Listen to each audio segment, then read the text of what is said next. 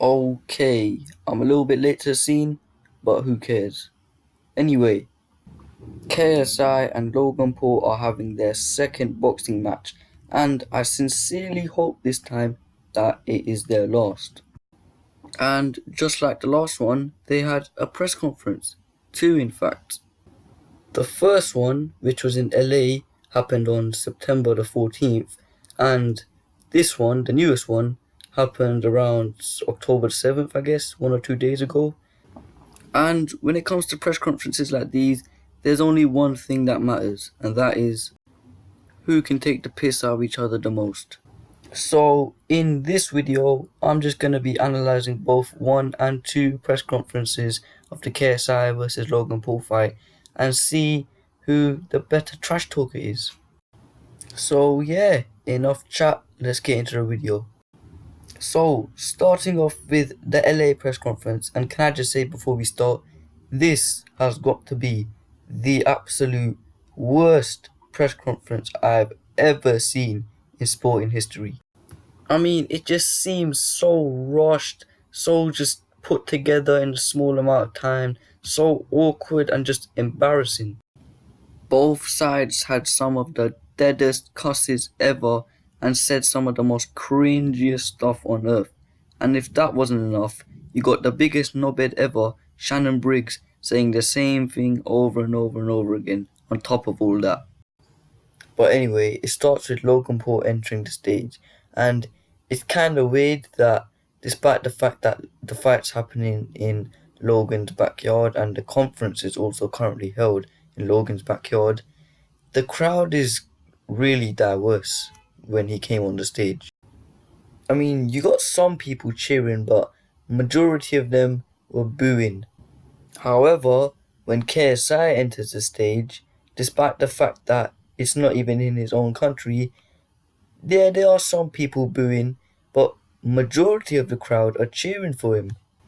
Which is a bit weird for Logan because when he came to London, people were starting riots, climbing on top of roofs and dashing cans of paint at him. So you'd expect the favour to be returned to KSI. However, the complete opposite happens. But anyway, once they both made their entries and the trash talk sesh has finally begun, Logan starts off and he starts cutting deep. Like, this guy brought up Deji and that whole incident that happened with KSI and his family on Christmas. He also brought up the fact that Tyson Fury said that Logan Paul was going to win and Andy Ruiz Jr. and basically just saying that everyone supports him but no one supports KSI. But then, at the end of all this, he made a herpes joke and it was just so random and unexpected and it weren't funny at all. I don't think anyone laughed. He then started taking a piss out KSI's bandana and he kinda gained his flow again, but then shortly lost it after KSI brought up the forest that happened 2 years ago. And once KSI brought up the forest, Logan Paul went quiet and back to the edge of the stage.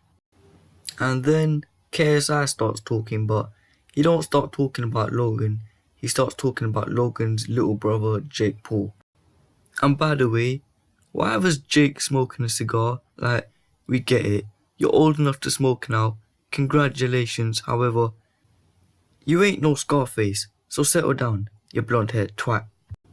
But anyway, he starts talking about Jake Paul and he starts talking about a video that Jake Paul made in which he changes the spelling of the word fuck from F-U-C-K to P-H-C-U-K. And to be honest, he was actually getting Jake Paul really good. Like, he was making him look like a little bitch.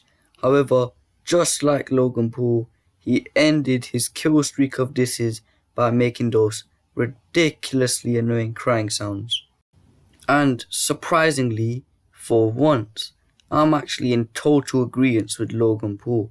Like, you flew from England to America to make crying sounds. Piss off. KSI also brought up that Jake Paul was trying to duck Anise and Gibb, and I don't blame him for saying this because in every single interview that Jake Paul had and Anise and Gibb was brought up, he always plays the rice gum card and says, "Oh, I'm not fighting him because he's irrelevant. Which makes no sense because relevancy is not a way to determine who fights who. That's what skill and weight classes are for. I mean, you can be the most popular person on earth, but still get yourself bashed up by a nobody. Relevancy and being able to win a fight are two completely different things. So I do not know why idiots like Jake Paul use stuff like relevancy to get out of fights. Just admit you're ducking. Now, at this point in the press conference, Logan was getting really irritated because KSI weren't talking to him, he was talking to his little brother. So then, when Logan Paul begged KSI to talk to him, KSI did talk to him, but brought up his dead dog. And this, you can just tell that it crushed Logan's heart. You can see tears coming out of his eyes and everything. So then, Logan tried to respond to KSI by starting a chant of JJ has no dick. However, he just ended up like Ninja. No one started chanting with him, and as a result, this turned out to be the most cringiest moment of the entire show. So then, after that awkward chant from Logan Paul, the conference was pretty much over. I mean, there were a lot more parts, but those were the best bits. Now, the winner of this conference could have been a draw because both of the fighters had some mad disses and some dead ones, and they both had some cringy moments at the same time. But just because of that violent diss that KSI produced and the fact that Logan Paul basically became a B-Tech ninja, I'm gonna say that KSI won by a small amount. But now, moving on to the UK press conference, and before they both enter the stage, you just can't help but notice Jake Paul sat there wearing a top hat with an empty cup of tea. What a fucking plonker, bruv. But anyway, Logan enters the stage and no one likes him, right? Just no one. The supposed Low gang does not exist in the UK, unfortunately. And when I was watching this, I was cringing so bad at what Logan's wearing. Like, you look like a deep sea scuba diver, man. Take that shit off, you twat. And what exactly is this guy doing on stage? Like, man's putting his arms in the air. Just settle down, you cringy mug. And then he made a World War II joke.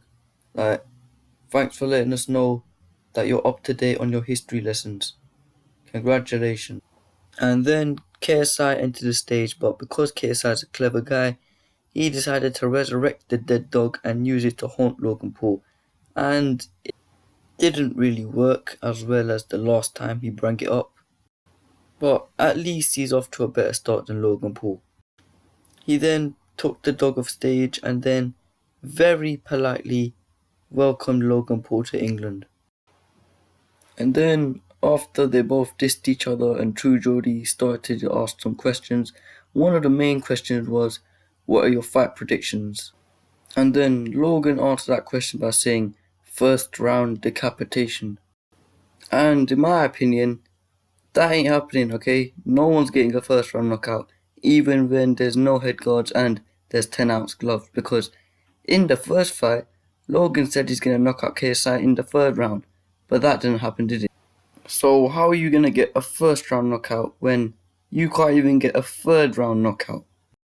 And then halfway through the conference, Shannon Briggs started saying stuff, and then KSI started taking the piss out of Shannon Briggs because he only says one thing.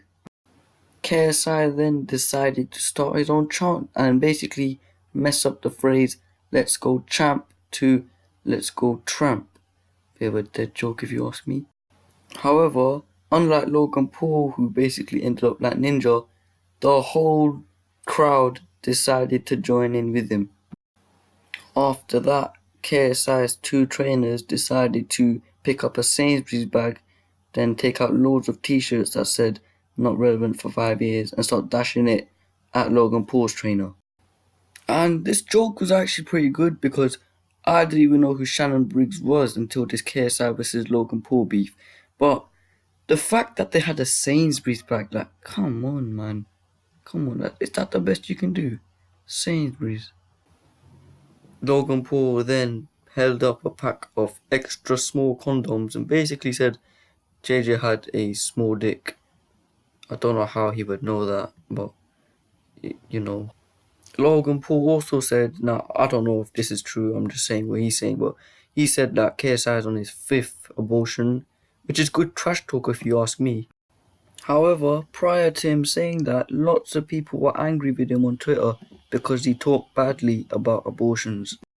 Which is stupid because this is trash talk. Everything these two people are saying to each other, they're only saying it because they're trying to promote the fight and they're basically just trying to make fun of their opponent, which is done in every single press conference known to mankind that is combat involved in it.